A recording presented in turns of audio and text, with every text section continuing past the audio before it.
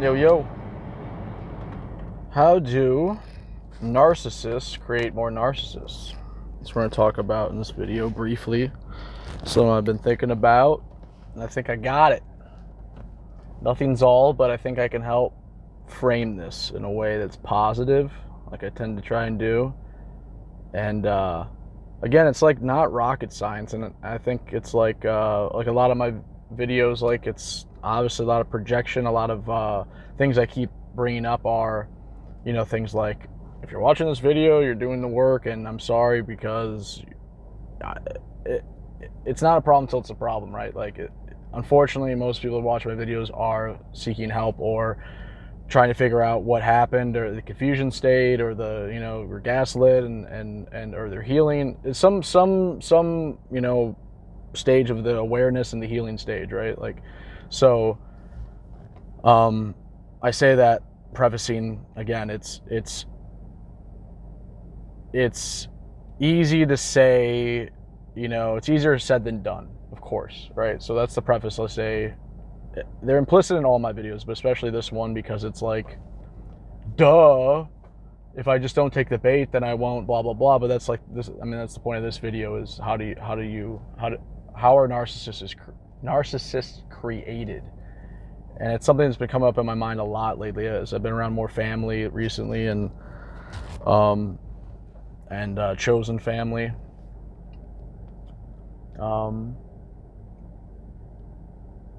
And it really just comes down to abuse, and that's where I go. It's like all kind of connected, right? The reactive abuse, the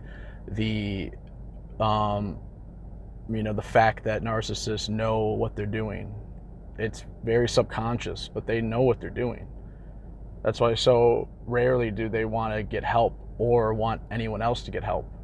They're out of the cycle then. That is really the demonic side, in my opinion.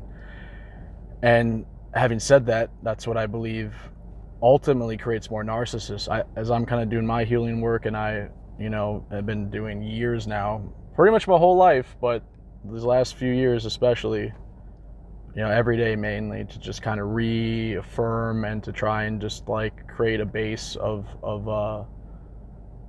truth in my life. Like I really can see the forest through the trees, and yeah, that's the point of this video, is to talk about what makes, it's all linked, right? The familial cycle of abuse, narcissism, not mutually exclusive at all. In fact, I'd say they're pretty connected. And then how it's almost incestual, right?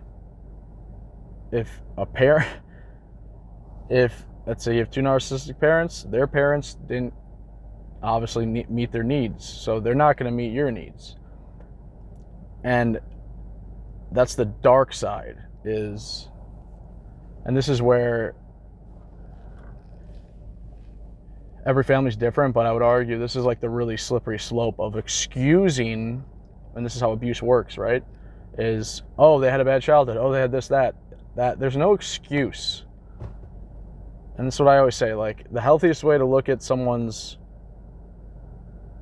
trauma or why they're acting the way they are is frame it in a way of, it doesn't excuse it, but it explains it, right? There's no excuse, but I understand. That's another way of observing, not absorbing. It's so huge, and I would say that before I even understood the idea of emotional absorption. I would say that phrase and still absorb, because I didn't understand that was bad. And so, having said that, that need for closure, that's later stage of it, right? That'll never come. That's the final straw of what keeps a narcissist entangled, keeps you entangled with a narcissist, is that final stage of like you wanting closure and then dangling the carrot, right? And not taking the bait. That's like the final bait. And that's when you put the ball in their court, right? And so a little bit all over the place here. I want to get back to essentially what creates more narcissists is essentially taking the bait. You know, I it's crazy. It's crazy because it's a steady, it's a slow erosion of one's identity, of one's confidence, of one's worldview, of one's autonomy, of one's independence. It's amazing how a narcissist, even if they're not nearby, they can control you.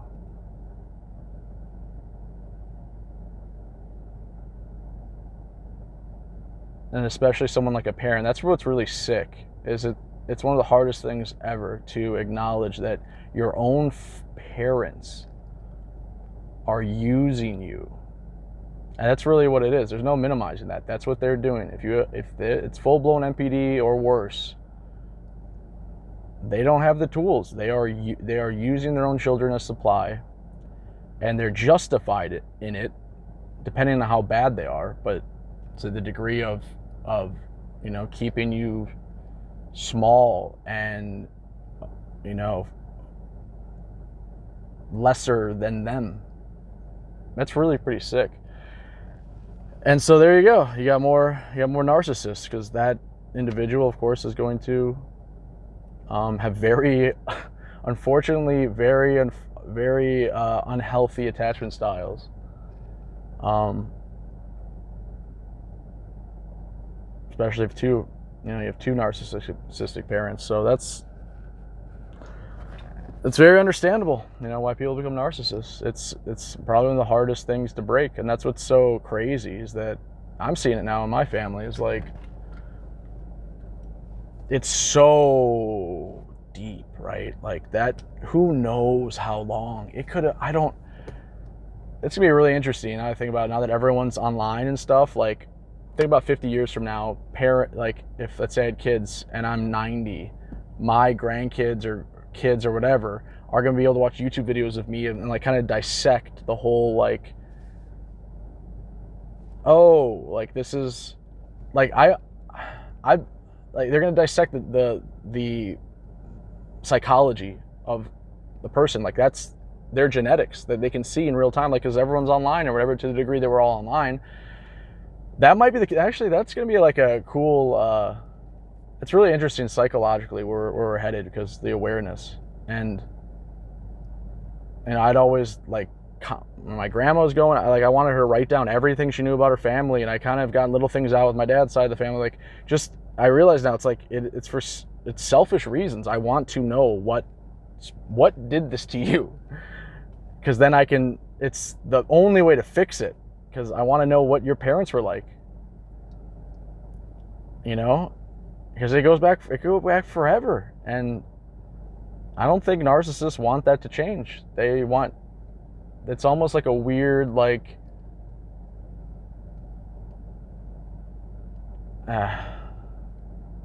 it's real, like, emotional incest. It's like a real ancestral trauma thing, like, so dark.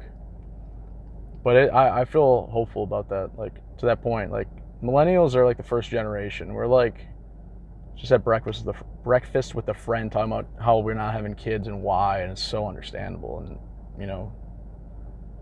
growing up, I'm 36, and growing up, like, as early as I can remember, like, I remember I was a little kid, like, the perfect age to have kids is 28, and then, like, that was just some number I threw out there to try and sound smart. But, like, I'm 36, I don't have kids, and as we're getting older, like, everyone's like, nobody, especially guys, didn't even think about having kids. And then of course, our parents showed us what that hell can be like. The boomers just divorcing at the craziest rate ever. So I think a change is happening, like, with all the psychological stuff out there and all the, like, openness. It's turning a corner. I'm excited to see what, like, most of my videos are super negative, but it's just going to be a different version. I think that we're going to pivot. And the Gen Z, and there's a lot of really bad, like, You know, I have a lot of like very disconnected and people that aren't able to talk to people and be assertive and be, you know, adults in that sense, quote unquote. Just at a party and some guy was drinking a seltzer that said Sunny D on it. And I was like, what? Immediately I'm thinking like, that is so predatory to the young people. And he made a great point. He said, no, they're not drinking anymore. The 21-year-olds aren't drinking like we did. We used to drink all day long.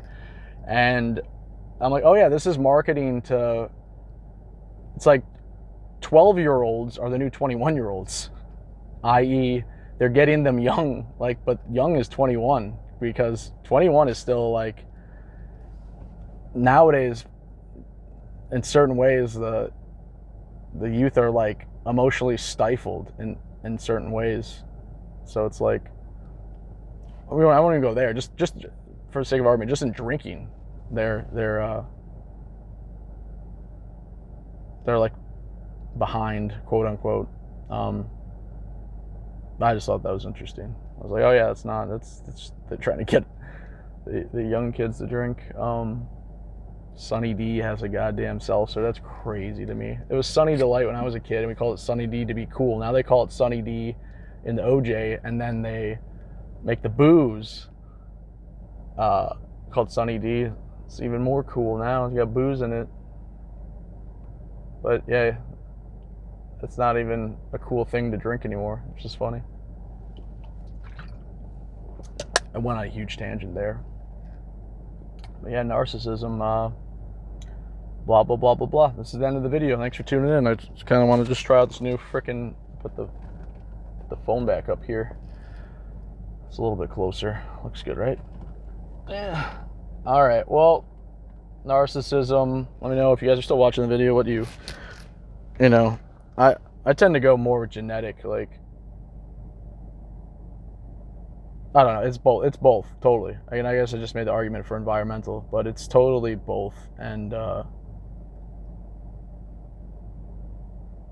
yeah, it's the hardest thing ever to like break out of narcissism, because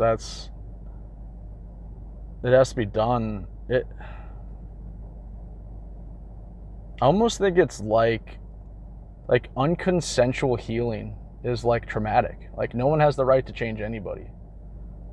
Everyone has their own journey. As I just think about this, because like there's a lot of times where I'm like, you just want someone to change. You just want like, you like see what they're doing, but you're not there. You're not like their parent. You can't be there, you know?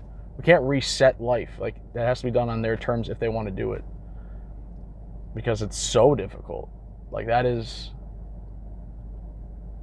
a lot of risk when someone is healing. Like, that's where someone can be taken out, you know? Like, if you don't have the right support system.